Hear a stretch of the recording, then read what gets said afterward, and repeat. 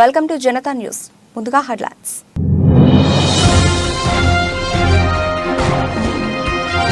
వాషింగ్టన్లో ఇజ్రాయెల్ రాయబార కార్యాలయం ముందు అమెరికా ఎయిర్ ఫోర్స్ ఉద్యోగి ఆత్మహత్య యత్నం.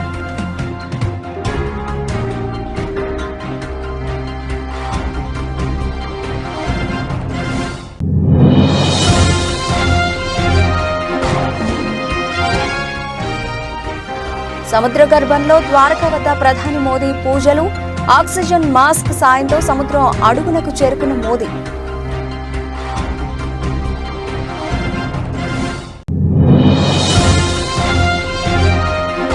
రాజస్థాన్లోని ఫలౌడీలో ఆదివారం ఘోరం.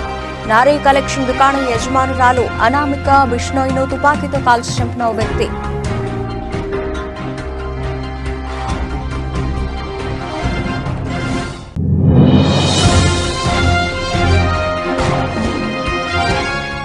చిన్నంపేట జాతీయ రహదారిపై ఆర్టీసీ బస్సు బీభత్సం. లారీ టైర్ పంచర్ చేస్తున్న నలుగురు పైకి దూసుకెళ్లిన బస్సు.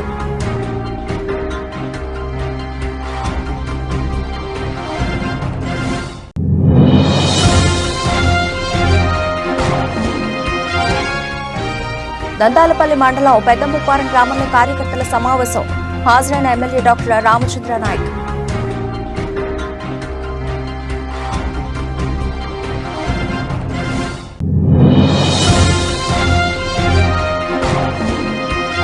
నష్టాల్లో ప్రారంభమైన దేశీయ స్టాక్ మార్కెట్ సూచీలు 56.80 పాయింట్లు క్షీణించి 22,115.90 వద్ద ట్రేడ్ అవుతున్న నిఫ్టీ.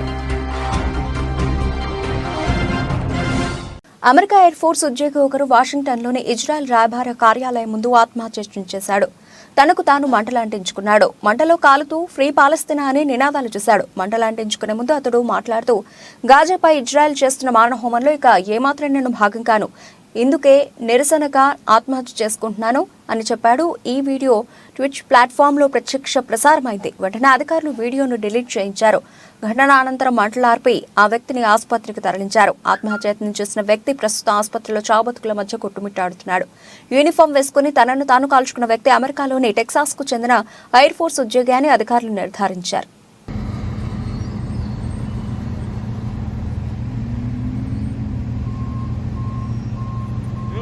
ప్రధాని నరేంద్ర మోదీ ఇవాళ అరేబియా సముద్ర తీరంలో నీట మునిగిన ద్వారకా నగరాన్ని సందర్శించారు. ఆయన ఆక్సిజన్ మాస్క్ సాయంతో సముద్రం అడుగు భాగానికి చేరుకున్నారు. అక్కడి పుణ్యభూమికి భక్తి ప్రపత్తులతో ప్రత్యేక పూజలు చేశారు. తనతో పాటు తీసుకెళ్ల నెమలి పించాలను వింజామరాల్లో వీచారు. అనంతరం ఆ పించాలను అక్కడే ప్రతిష్ఠించారు. పద్మాసనం వేసుకుని శ్రీకృష్ణ భగవానుని స్మరించుకుంటూ ప్రార్థనలు చేశారు. శ్రీకృష్ణుడు నడయాడినట్టుగా భావిస్తున్న ఆ దివ్య నగరాన్ని చూసి మోదీ ముగ్ధులయ్యారు. మహాభారత కాలం నాటి ద్వారకా నగరం శ్రీకృష్ణుడి అవతార ప్రయోజనం సిద్ధించగానే సముద్ర జలాల్లో కలిసిపోయిందని పురాణాలు చెబుతున్నాయి. పరిశోధకులు నీట మునిగిన ద్వారకా నగరాన్ని కనుగొనడంతో మహాభారతం నిజంగానే జరిగిందన్న వాదనలకు బలం చేకూరుతోంది.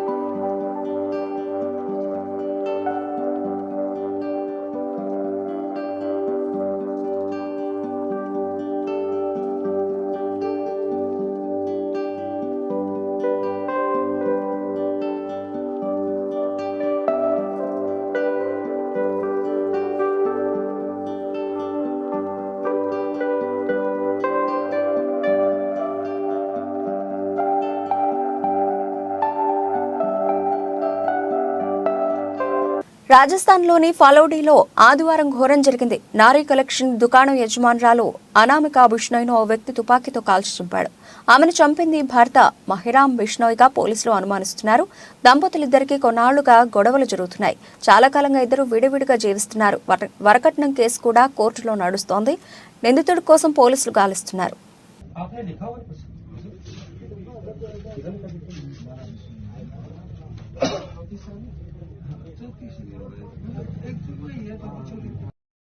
అధిక పార్కింగ్ ఫీజు వసూలు చేసి అడ్డంగా దొరికిపోయాడు ఓ వ్యక్తి. హపూర్ జిల్లా ఎస్పీ అభిషేక్ వర్మ ఇటీవల కారులో బ్రిడ్జ్ ఘాట్కు వెళ్లారు. ఈ క్రమంలో పార్కింగ్ స్థలం వద్ద ఉన్న వ్యక్తి ₹53 పార్కింగ్ ఫీజును రసీదిచ్చి ₹60 తీసుకున్నాడు. ఇదేంటని అడిగితే ఐపీఎస్ అధికారిని తెలియక ధరలు రోజు మారుతుంటాయని ₹60కి బదులు ₹50 తీసుకుని ఉంటే ఇలాగే మాట్లాడేవారా అంటూ ఎదురు ప్రశ్నించాడు. ఈ సంభాషణను ఆ అధికారి రికార్డు చేయడంతో ఆ వ్యక్తి దొరికిపోయాడు. पर्ची में तो ₹53 रखे हो, लिखे हो 60 रुपए ही जमा होते हैं। 53 है तो ₹7 दीजिए आप। रोजमर्रा में जैसे आप कल आएंगे हाँ। तो ये तकरीबन की पर्ची आपको 50 रुपए में मिलेगी। ऐसा क्यों अलग अलग रेट है? हाँ, अलग अलग रेट सब सेम। और उधर ₹50 है आप तो सभी जगह 60 होगा। भीड़ भाड़। जो पर्ची में लिखा वही तो लेना चाहिए आपको। जब हम आपसे कम पैसे लेंगे तो उस समय तो आप हमसे ये नहीं पूछेंगे 53 के 50 क्यों ले रहा भाई। जब फालतू देंगे तो आप पूछ रहे हैं। अब 14 दिन 50 रुपए ले जाएंगे। इसमें तो ₹50 लिखा है। ये पुरानी होगी सर आपके पास। अच्छा हाँ, ये पुरानी होगी। चलो अच्छा ये करीब 10 पैसे कटवाई होगी नीचे उधर से ढाल पे। वो मैं ही काटता हूँ, मेरी ड्यूटी मुझसे कटवाई होगी। ठीक है भैया, कायदे में रहेंगे। ये पुरानी पर्ची आपके पास। Okay okay. కాకినాడ జిల్లా చిన్నంపేట జాతీయ రహదారిపై సోమవారం ఆర్టీసీ బస్సు బీభత్సం సృష్టించింది. లారీ టైర్ పంచర్ చేస్తున్న 4గురిపైకి బస్సు దూసుకెళ్లింది. ఈ ప్రమాదంలో 4 అక్కడికక్కడే ప్రాణాలు విడిచారు. సమాచారం అందుకున్న పోలీసులు బస్సును వెంబడించి పట్టుకున్నారు. మృతులు దాసరి ప్రసాద్, కిషోర్, రాజు, నాగయ్యగా గుర్తించారు.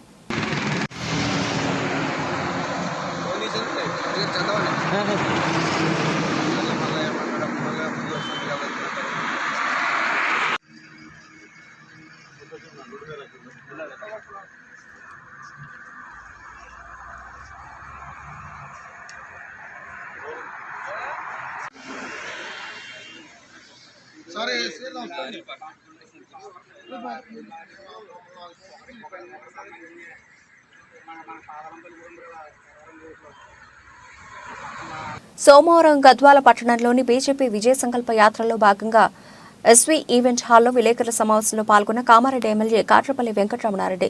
కామారెడ్డి ఎమ్మెల్యే మాట్లాడుతూ గత ప్రభుత్వం బీఆర్ఎస్ పార్టీ బంగారు తెలంగాణను అప్పుల రాష్ట్రంగా చేసిందని, అలాగే ఇప్పుడున్న కాంగ్రెస్ పార్టీ కూడా అభివృద్ధి చేయడం మర్చిపోయి ఓడిపోయిన వాళ్లని తిట్టడం తప్ప ప్రజల్ని పట్టించుకున్న పాపాన పోలేదని మండిపడ్డారు. కాబట్టి రాబోయే పార్లమెంట్ ఎన్నికల్లో మరొకసారి నరేంద్ర మోదీ నాయకత్వాన్ని బలపరచాలని, మహబూబ్ నగర్, నాగర్ కర్నూలు పార్లమెంట్ ఎన్నికల్లో తెలంగాణలో ఉన్న అన్ని ఎంపీ సీట్లు గెలిపించుకోవాలని, నరేంద్ర మోదీ నాయకత్వాన్ని మరొకసారి బలపరచాలని, భారతదేశ అభివృద్ధి పథంలో ముందుకు వెళ్లాలంటే బీజేపీ పార్టీకి ఓటు వేసి గెలిపించాలని కామారెడ్డి ఎమ్మెల్యే కాట్రపల్లి వెంకటరమణారెడ్డి తెలిపారు. ఖచ్చితంగా ఇవాళ కోల్ మైన్స్ ఉన్నటువంటి సింగరేణి ఇన్కమ్ ట్యాక్స్ గురించి సింగరేణి కార్మికులు నేను వెళ్ళినప్పుడు కొత్తగూడెం వరకు, మంచిర్యాల నుంచి కొత్తగూడెం వరకు అడిగినటువంటి సందర్భం వాళ్ళు ఇన్కమ్ ట్యాక్స్ దాని గురించి. దాన్ని కేంద్ర ప్రభుత్వం దృష్టికి తీసుకెళ్తాం. రానున్న కాలంలో వారికి అది కొంచెం ఇబ్బందికరంగా ఉంది అన్నప్పుడు వాళ్ళ సమస్య పరిష్కరించడానికి సిద్ధంగా ఉన్నాం. అది ఇన్కమ్ ట్యాక్స్ రద్దు చేసే పరిస్థితిలో సింగరేణి కార్మికులు వాళ్ళు సగం జీవితం బొగ్గు బావిలలోనే ఉంటారు, సగం జీవితము వచ్చి బయట ప్రపంచంలో ఉంటారు. కానీ వారికి చేయాల్సినటువంటి అవసరం ఎంతైనా ఉంది. కాబట్టి భారతీయ జనతా పార్టీ తెలంగాణ శాఖ ఆధ్వర్యంలో కిషన్ రెడ్డి గారి ద్వారా ఖచ్చితంగా ప్రధానమంత్రి గారికి అది విన్నవించి ఆ పని కూడా చేస్తామంటున్నాం. అట్లాగే నాగర్ కర్నూలు, మహబూబ్ నగర్ కంపల్సరీ కూడా ఈసారి భారతీయ జనతా పార్టీ గెలుస్తుంది. మోడీ గారి పక్షాన రేవంత్ రెడ్డి గారి ఆస్థాన విద్వాంసుడు కొనుగోలు అనే ఒక వ్యక్తి సర్వే చేస్తే 59% మోడీ గారి పేరు మీద ప్రజలందరూ మోడీ గారికి ఓటేస్తామని 59% చేసిరన్నారు. దీనికి కాంగ్రెస్ వాళ్ళు కంగారు పడ్డారు, బేజారైపోయారు. ఇవాళ ఖచ్చితంగా 17 సీట్లు అనుకుంటే 2 ముఖ్యమంత్రులను ఓడగొట్టినటువంటి భారతీయ జనతా పార్టీ అసదుద్దీన్ ఓవైసీని కూడా ఓడగొట్టేందుకు కూడా సిద్ధంగా ఉన్నారు. పాత బస్తీ కూడా మన ఖాతాలో పడేటువంటి పరిస్థితిలో కూడా ఉంది. మోడీ గారు చేస్తున్న అభివృద్ధి వర్ణిస్తున్నారు. రాబోయే కాలంలో ఆస్ట్రేలియాలో, అమెరికాలో ఉన్నటువంటి మన పిల్లలు మన ఇండియాలోకి వచ్చే ఉద్యోగం చేయాలి. ఇతర దేశాల్లో ఉన్న పిల్లలు కూడా, విదేశీల పిల్లలు కూడా భారతదేశంకి వచ్చి ఉద్యోగం చేసే పరిస్థితికి వస్తుంది. ఇవాళ 5వ స్థానంలో ఉంది, రేపు మొదటి స్థానంలోకి వస్తుంది. కాబట్టి 3వసారి కూడా ప్రధానమంత్రి 400 సీట్లకు పైబడి ప్రధానమంత్రిగా ప్రమాణ స్వీకారం చేయబోతున్నారు. ముందస్తుగానే ఆయనకు శుభాకాంక్షలు తెలియజేస్తున్నారు. మాదిగ రిజర్వేషన్ పోరాట సమితి మార్కాపురం ఆర్ఎండ్బి బంగ్లానందు ముఖ్య కార్యకర్తల సమావేశాన్ని ఏర్పాటు చేశారు. ఈ సమావేశానికి మార్కాపురం మండల అధ్యక్షులు దారి వేముల రమేష్ మాదిగ అధ్యక్షతన వహించారు. సమావేశానికి ముఖ్య అతిథులుగా ఎంఆర్పీఎస్ వ్యవస్థాపక అధ్యక్షులు ఉసురుపాటి బ్రహ్మయ్య మాదిక. ఈ సందర్భంగా ఆయన మాట్లాడుతూ ఎస్సీ వర్గీకరణ అంశాన్ని అన్ని రాజకీయ పార్టీలు విస్మరించాయని, ఎన్నికల సమయంలోనే వర్గీకరణ అంశాన్ని పార్టీలు ప్రస్తావిస్తూ మాదిగల ఓట్లు దండుకోవాలని ఉన్నాయని, కేంద్రంలో 9 సంవత్సరాలు అధికారంలో ఉన్న బీజేపీ వర్గీకరణ విషయంలో మాదిగలను మోసం చేస్తూ వచ్చి ఎన్నికల నాటికి వర్గీకరణ అంశాన్ని తెరపైకి తేవడం అంటే దేశంలోనే బలంగా ఉన్న మాదిగ ఉపకులాల ఓట్ల కోసం గాలం వేయడమే అని విమర్శించారు. ఎస్సీ రిజర్వేషన్ల వర్గీకరణకు తాము అధికారంలోకి వస్తే 100 రోజుల్లోనే చట్టబద్ధత కల్పిస్తాం పార్లమెంటులో అని మాటిచ్చిన భారతీయ జనతా పార్టీ ఈరోజు 10 సంవత్సరాల తర్వాత చివరి పార్లమెంటు సమావేశాలు ముగించుకున్న తర్వాత కూడా ఎస్సీ వర్గీకరణకు పార్లమెంటులో చట్టబద్ధత కల్పించకుండా నిట్ట నిలువున మాదిగలని మోసం చేస్తుందని చెప్పని తెలియజేస్తా ఉన్నాం. మాదిగలని మోసం చేయడంలో అన్ని రాజకీయ పార్టీల కన్నా భారతీయ జనతా పార్టీ ఒక ప్రధాన పాత్ర పోషించినట్టుగా వ్యవహరించిందని కూడా మేము చెప్తా ఉన్నాం. దానికి కారణం 78 నుండి 82 నుండి దీన్ దయాళ్ ఉపాధ్యాయ గారు అంత్యోదయంలో భాగం ఎస్సీ వర్గీకరణ అని చెప్పని అనేక సందర్భాల్లో మాదిగలు ఏర్పాటు చేసుకోబడిన సభలకు వచ్చి మాట్లాడినటువంటి భారతీయ జనతా పార్టీ పెద్దలు, అది కిషన్ రెడ్డి గారా, వెంకయ్య నాయుడు గారా, సుష్మా స్వరాజ్ గారా, లేదా నిన్నగాక మొన్న మోడీ గారితో సహా అనుకుంటే అందరూ కూడా వర్గీకరణకు పార్లమెంటులో చట్టబద్ధత కల్పిస్తామని గతంలో చెప్పి నేడు పార్లమెంటులో ఎస్సీ వర్గీకరణకు చట్టబద్ధత కల్పించకుండా మోసం చేయడం అనేది నిజంగా మాదిగ జాతినికి ద్రోహం చేయడమే భారతీయ జనతా పార్టీ అని చెప్పి తెలియజేస్తూ భారతీయ జనతా పార్టీకి తగిన విధంగా బుద్ధి చెప్పడానికి మాదిగలు సిద్ధపడాల్సిందిగా కోరుతా ఉన్నాం. అదేవిధంగా ఈరోజు రాష్ట్రంలో అన్ని ప్రధాన రాజకీయ పార్టీలు మేము డిమాండ్ చేస్తూ ఉన్నాం. అన్ని ప్రధాన రాజకీయ పార్టీలు డిమాండ్ చేస్తూ ఉన్నాం. ఎమ్మెల్యే స్థానాలు 29 స్థానాలకు ఎస్సీ అభ్యర్థులను ప్రకటించే దగ్గర మాలా మాదిగలకు సమాన అవకాశాలు కల్పించాల్సిందే. లేదు ఆంధ్రప్రదేశ్లో మాదిగలు తక్కువ ఉన్నారనో మాలలు ఎక్కువ ఉన్నారనో మొత్తం మాల సామాజిక వర్గానికి పెద్దపేటేసే విధంగా ముందుకెళితే అది బీజేపీ అయినా, అది జనసేన అయినా, టీడీపీ అయినా, వైసీపీ అయినా తగిన మూల్యం చెల్లించుకోక తప్పదని కూడా సందర్భంగా హెచ్చరిస్తూ ఉన్నాం. ప్రధాన రాజకీయ పార్టీలు అన్నీ కూడా మాదిగలకు సమాన గౌరవాన్ని, సముచిత స్థానాన్ని కల్పించాలని చెప్పి మేము డిమాండ్ చేస్తూ ఉన్నాం. 29 స్థానాల్లో మా జనాభా దామాష ప్రకారం మాకు 14 కేటాయించింది. 14 అసెంబ్లీ స్థానాలు కేటాయించిందిగా మేము డిమాండ్ చేస్తూ ఉన్నాం. అదేవిధంగా 4 ఎంపీ స్థానాలకు గాను 2 ఎంపీ స్థానాలను మాదిగలు కేటాయించాల్సిందిగా మేము డిమాండ్ చేస్తూ ఉన్నాం. ఆ డిమాండ్ని నెరవేర్చుకునే విధంగా ఈరోజు ఆంధ్రప్రదేశ్లో ఉండబడినటువంటి అన్ని జిల్లాల్లో మా మాదిగలను సమీకరించుకొని ఒక సంఘటిత శక్తిగా రాష్ట్ర ప్రభుత్వాలకు మాదిగల ఐక్యతని, మాదిగల శక్తిని చాటం కోసం కూడా మా వంతు ప్రయత్నం చేస్తూ ఉన్నాం. అదేవిధంగా మాదిగలను కానీ తక్కువ చూపు చూసి చిన్న చూపుతోటి మాదిగలను గౌరవపరిచే విధంగా ఏ పార్టీ వ్యవహరించినా కూడా ఆ పార్టీకి తగిన విధంగా బుద్ధి చెప్పడానికి మాదిగ రిజర్వేషన్ పోరాటం సిద్ధంగా మేము తెలియజేస్తా ఉన్నాం. బోడుపల్ మున్సిపల్ కార్పొరేషన్ పరిధిలో రాపోలు సందీప్ చారిటబుల్ ట్రస్ట్ ఆధ్వర్యంలో లయన్స్ క్లబ్ స్నేహపురి వారి సహకారంతో బోడుపల్ మున్సిపల్ కార్పొరేషన్ 12వ డివిజన్ పరిధిలో అంబేద్కర్ నగర్లో ఉచిత మెగా వైద్య శిబిరం ఏర్పాటు చేశారు. ఈ కార్యక్రమంలో టీపీసీసీ ఉపాధ్యక్షులు తోటకూర వజ్రేష్ యాదవ్, మాజీ ఎమ్మెల్యే మలిపెద్ది సుధీర్ రెడ్డి, మేడ్చల్ జిల్లా కాంగ్రెస్ పార్టీ అధ్యక్షుడు హర్షవర్ధన్ రెడ్డి, కాంగ్రెస్ పార్టీ సీనియర్ నాయకులు నక్క ప్రభాకర్ గౌడ్ ముఖ్య అతిథులుగా పాల్గొని ఉచిత వైద్య శిబిరాన్ని ప్రారంభించారు. ఈ శిబిరంలో సుమారు 800 మందికి కంటి పరీక్షలు, దంత పరీక్షలు, ఈసీజీ, ఎముకల సమస్యలు, మహిళల అనారోగ్య సమస్యలు, బీపీ, షుగర్ వంటి పరీక్షలు నిర్వహించి అవసరమైన మందులు కూడా ఉచితంగా అందజేశారు.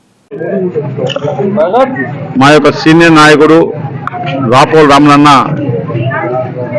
యొక్క కుమారుడైనటువంటి రాపోల్ సందీప్ స్వతంత్ర సేవా కార్యక్రమం మీద ఆయనను స్మరించుకుంటూ ఆయన ఉన్నట్లనే ఆయన యొక్క సుఖ సంతోషాలు ఏ విధంగా ప్రజలకు మొత్తం పంచుకుంటూ ఈ విధంగా ఈ యొక్క కార్యక్రమాన్ని చేపట్టడం చాలా సంతోషకరం.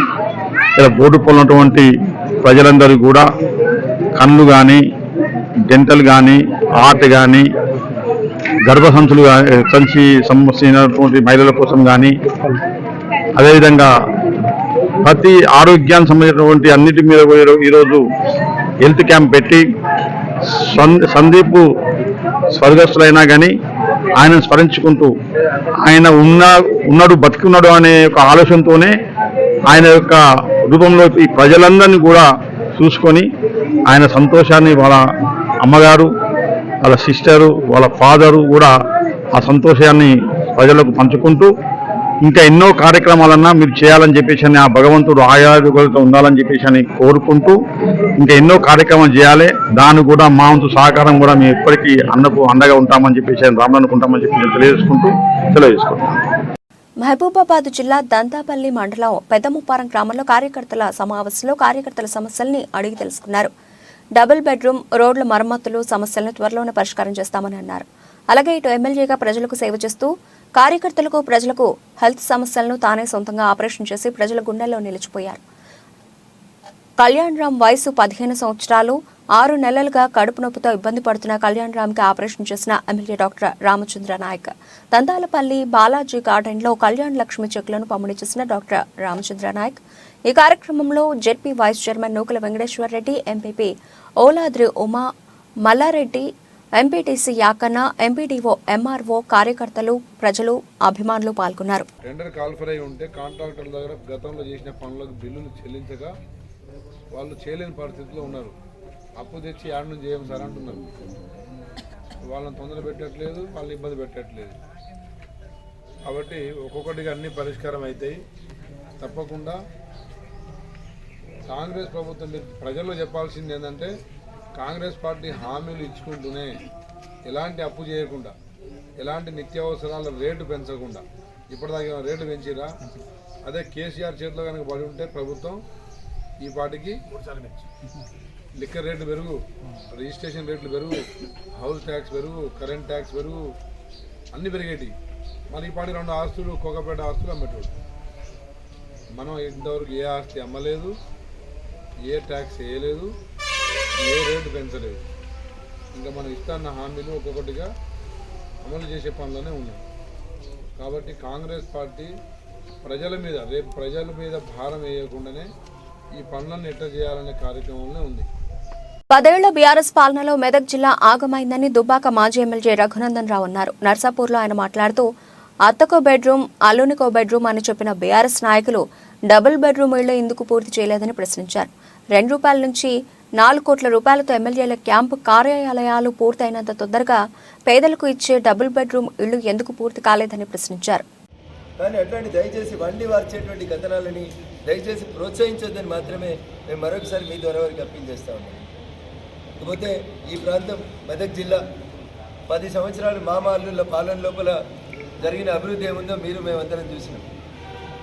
అత్తకో బెడ్రూమ్, అల్లునికో బెడ్రూమ్, నర్సాపూర్లో ఏళ్ళదాకా బెడ్రూములు రాలేదు, కట్టిన బెడ్రూమ్లు పూర్తి కాలేదు.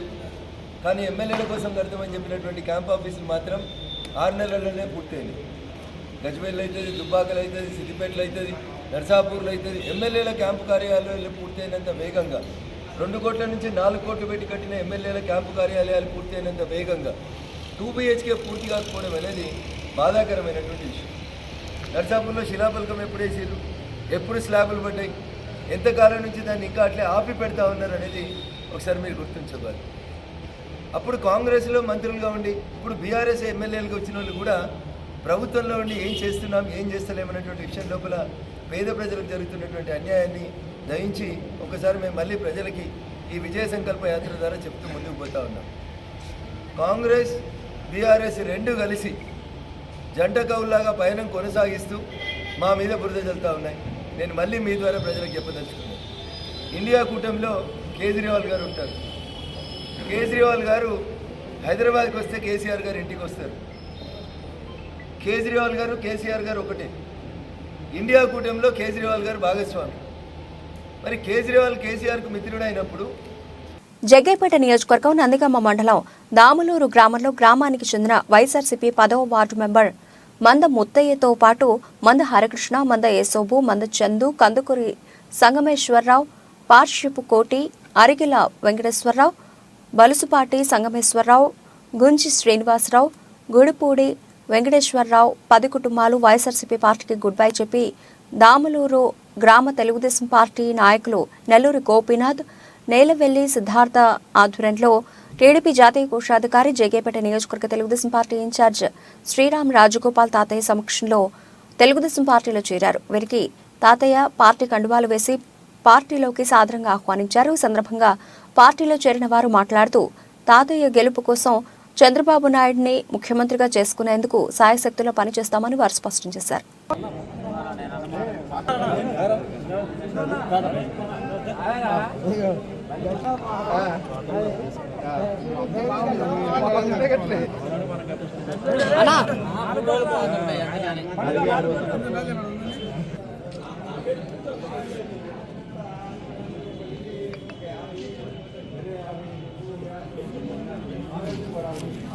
నిజాంపేట మండల కేంద్రంలోని గడిమి చెరువులో సోమవారం గ్రామ ఎంపీటీసీ లహరి కృష్ణారెడ్డి ఆధ్వర్యంలో జాతీయ గ్రామీణ ఉపాధి హామీ పథకం కింద పూడిక తీసే పనులను కొబ్బరికాయ కొట్టి పనులను ప్రారంభించారు. ఈ సందర్భంగా వారు మాట్లాడుతూ 100 రోజుల పని దినాల్లో భాగంగా గ్రూపుల వారీగా ఉపాధి హామీ పనులు ప్రారంభించామన్నారు.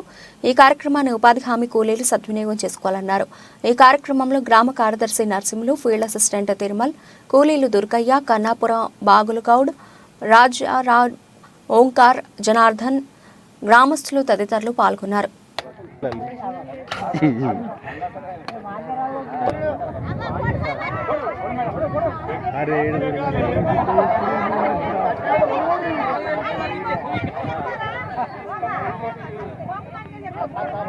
ఉపాధి హామీ పథకం ప్రారంభించడం జరిగింది. ఈ ఉపాధి హామీ పథకాన్ని అందరూ వినియోగించుకోవాలని కోరుతున్నాను. రైతులు కూడా ఈ మట్టిని తీసుకుపోయి పొలాల్లో ఎరువుగా యూజ్ చేసుకోవాలని కోరుతున్నాను.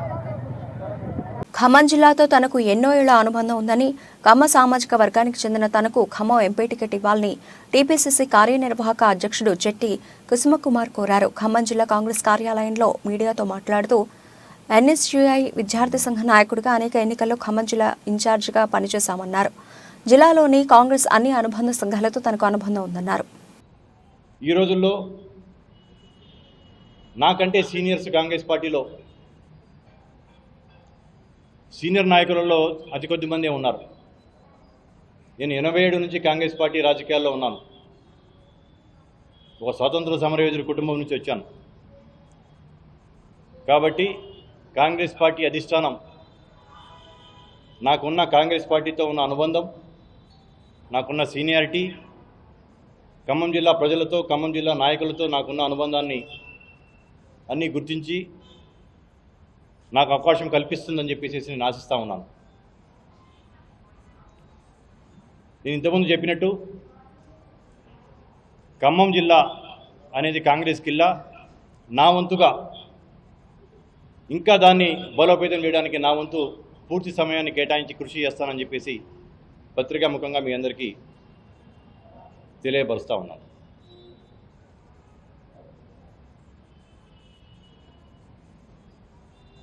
అందరూ నాకు మిత్రులేను. జిల్లాకు చెందిన నాయకులందరూ కూడా నేను కలిసి పనిచేసిన వాళ్ళు. అందరి నాయకులతో సత్సంబంధాలు ఉన్నాయి నాకు, జిల్లా నాయకులతో.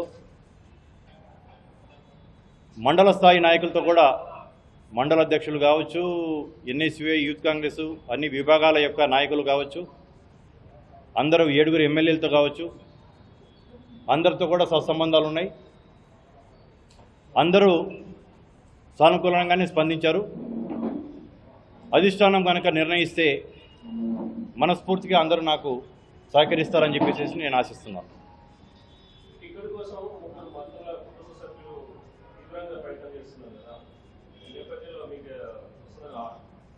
అంటే నేను ఇంతకుముందే చెప్పడం జరిగింది, కాంగ్రెస్ పార్టీతో నా యొక్క అనుబంధం 37 సంవత్సరాలు.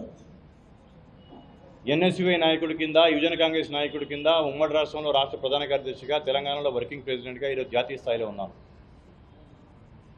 ఒకవేళ కాంగ్రెస్ అధిష్టానం పార్టీలో సీనియారిటీని, పార్టీ యొక్క కమిట్మెంట్ని, పార్టీలో ఇన్ని సంవత్సరాలు పనిచేసిన యొక్క నేను చేసిన పనులు. అనంతపురం జిల్లా ఉరవకొండ పట్టణ శివార్లో ఘోర రోడ్డు ప్రమాదం చోటు చేసుకుంది. వ్యవసాయ కూలీలతో వెళుతున్న బొలెరో పికప్ వాహనం టైర్ బర్స్ట్ కావడంతో అదుపు తప్పి బోల్తా పడడంతో 25 మందికి తీవ్ర గాయాలయ్యాయి. అందులో 5గురి పరిస్థితి విషమంగా ఉంది. వీరంతా వజ్రకరూరు నుండి పాల్తూరుకు మిర్చి పంటలో మిరపకాయలు పీకడానికి వెళుతున్నారు. వజ్రకరూరు నుండి బయలుదేరిన వాహనం ఉరవకొండ పట్టణ శివార్లో వేగంగా వెళుతున్న వాహనం ఒక్కసారిగా అదుపు తప్పి బోల్తా కొట్టింది. దీంతో ఈ ఘటన చోటు చేసుకున్నట్టుగా తెలుస్తోంది. ప్రమాద సమయంలో వాహనంలో దాదాపుగా 40 మందికి పైగా ప్రయాణిస్తున్నట్టు స్థానికులు చెబుతున్నారు. సమాచారం అందిన వెంటనే గాయపడిన వారందరినీ ఉరవకొండ ప్రభుత్వ ఆసుపత్రికి తరలించి చికిత్స అందిస్తున్నారు. వీరందరూ వజ్రకరూరు మండల కేంద్రంలోని ఎస్సీ కాలనీకి చెందిన వారుగా తెలుస్తోంది. క్షతగాత్రులు అందరికీ ఉరవకొండ ప్రభుత్వ ఆసుపత్రిలో చికిత్స అందిస్తున్నారు. పరిస్థితి విషమంగా ఉన్న వారిని అనంతపురానికి తరలిస్తున్నారు.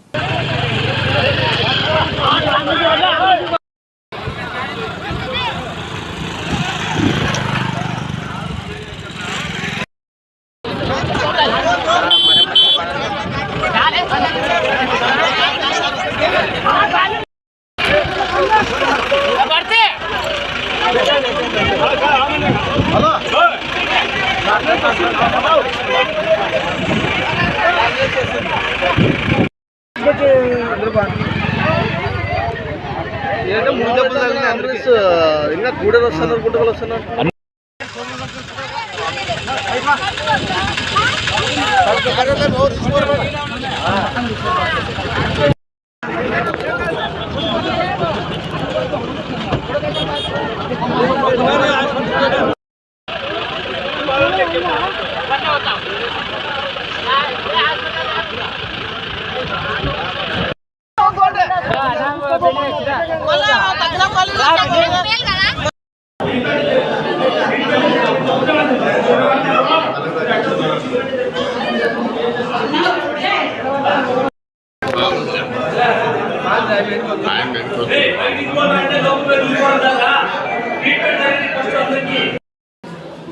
ఉన్నోళ్ళు నూనె సర్వీస్ అతను ఏం లే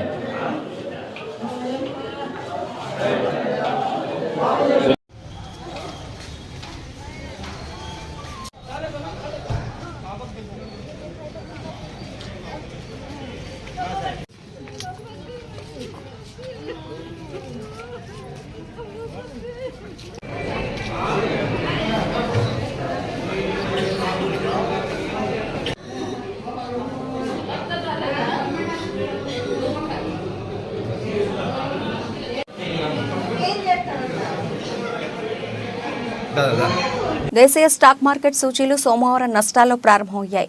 ఉదయం 9:20 సెన్సెక్స్ 144.50 పాయింట్ల నష్టంతో 72,998.30 వద్ద, నిఫ్టీ 56.80 పాయింట్లు క్షీణించి 22,155.90 వద్ద ట్రేడ్ అవుతున్నాయి. సెన్సెక్స్ ప్యాక్ నుంచి ఉదయం సెషన్లో టైటాన్, మారుతి, ఎన్టీపీసీ లాభాల్లో ఉండగా హెచ్డీఎఫ్సీ, టీసీఎస్, ఎయిర్టెల్ నష్టాల్లో ఉన్నాయి. డాలర్తో పోలిస్తే రూపాయి మారకం విలువ 0.03% లాభపడి 82.88 వద్ద ప్రారంభమైంది.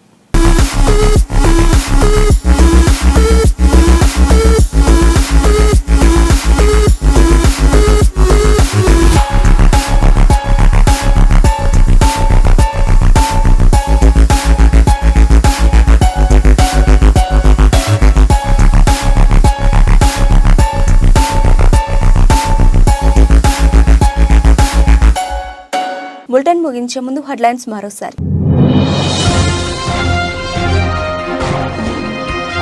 వాషింగ్టన్లో ఇజ్రాయెల్ రాయబార కార్యాలయం ముందు అమెరికా ఎయిర్ ఫోర్స్ ఉద్యోగి ఆత్మహత్య యత్నం.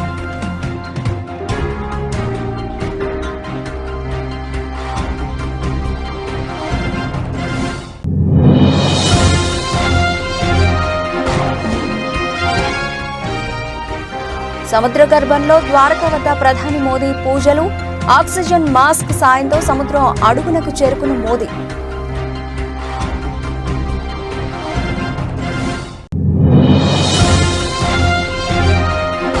రాజస్థాన్లోని ఫలౌడీలో ఆదివారం ఘోరం. నారీ కలెక్షన్ దుకాణం యజమానురాలు అనామిక బిష్ణోయ్ను తుపాకీతో కాల్చి చంపిన ఓ వ్యక్తి.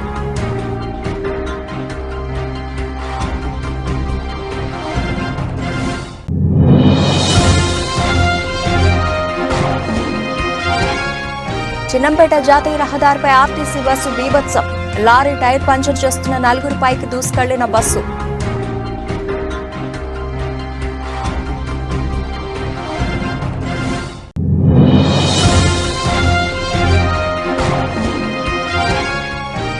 దంతాలపల్లి మండలం పెద్దముప్పార గ్రామంలో కార్యకర్తల సమావేశం. హాజరైన ఎమ్మెల్యే డాక్టర్ రామచంద్ర నాయక్.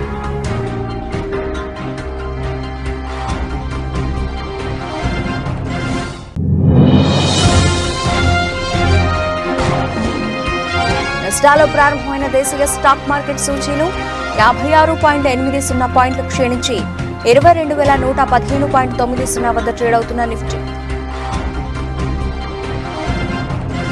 ఇవి ఇప్పటివరకు బులెటిన్ అప్డేట్స్. మరిన్ని అప్డేట్స్తో మళ్ళీ కలుద్దాం. అంతవరకు సెలవు. నమస్తే.